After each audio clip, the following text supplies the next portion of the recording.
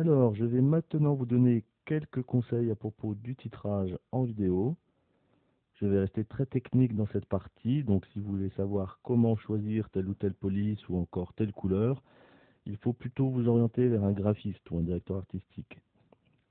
Il faut quand même avoir à l'esprit qu'en vidéo, en fonction du mode de diffusion, les polices très fines risquent de présenter des petits problèmes.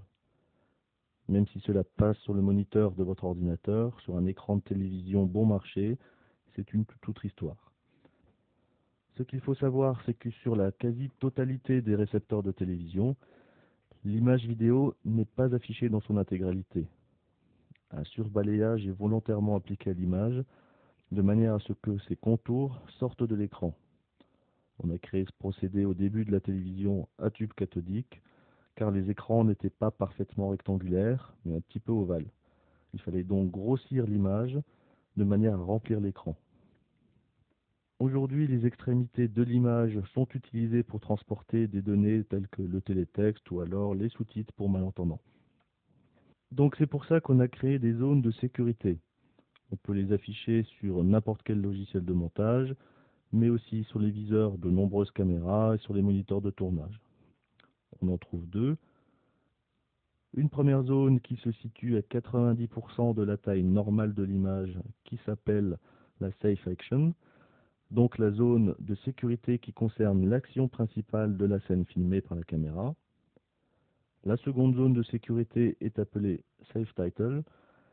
C'est la plus importante car elle concerne toutes les informations textuelles telles que les titres, les sous-titres, l'horloge, les logos et j'en passe. Cette zone se situe à 80% de la taille de l'image. Cette tolérance pour les textes est beaucoup plus sévère car on peut facilement comprendre que si on coupe le bout d'un orteil à un acteur à l'image, ça ne perturbera pas la compréhension de toute la scène.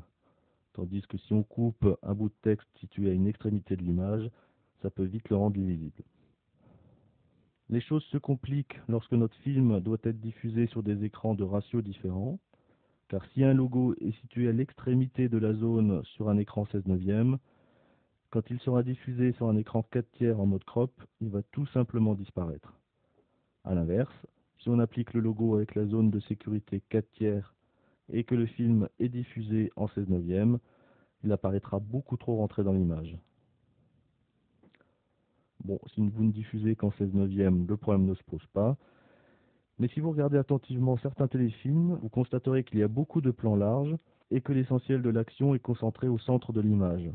Ce n'est pas du tout un choix esthétique, mais le réalisateur doit garder constamment à l'esprit que son programme pourra être aussi bien diffusé en 16/9 qu'en 4/3 crop, ce qui engendre parfois un cadrage moins bien valorisé et des gros plans trop centrés.